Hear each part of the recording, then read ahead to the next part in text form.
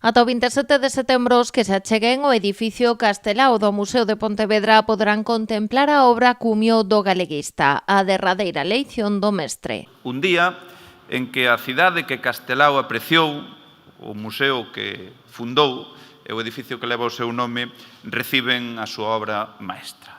Certo é que a obra medra axiña como clamor contra o horror da represión da Guerra Civil, ou que chega aos nosos días como esa vacina contra o esquecemento sen perder forza na denuncia, pero ante todo nace como homenaxe ao vil asesinato a Alexandre Bóveda, mártir pola liberdade.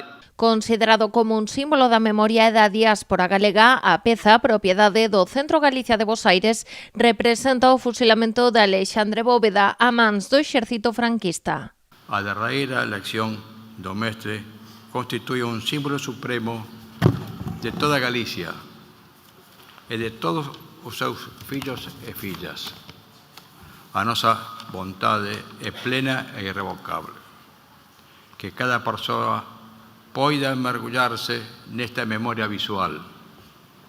Unha memoria que nos interpela e nos convida a estar á altura do noso mañá. Na mostra preparada polo Museo de Pontevedra, o cadro dialogará con outros fondos da súa colección permanente, na que é a primeira vez que se expón na provincia de Pontevedra e a segunda en Galicia.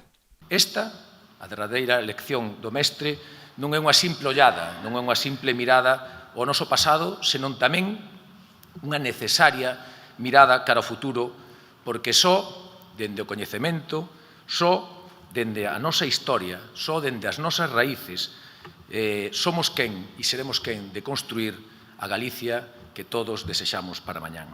Onte celebrouse a inauguración da mostra cun acto institucional. Asistiu, entre outros, o presidente da Xunta de Galicia. Tamén o alcalde da cidade, Miguel Anxo Fernández Lores, trasladou unha esperanza na súa intervención, que o cadro poida quedar nalgún momento no Museo Pontevedrés.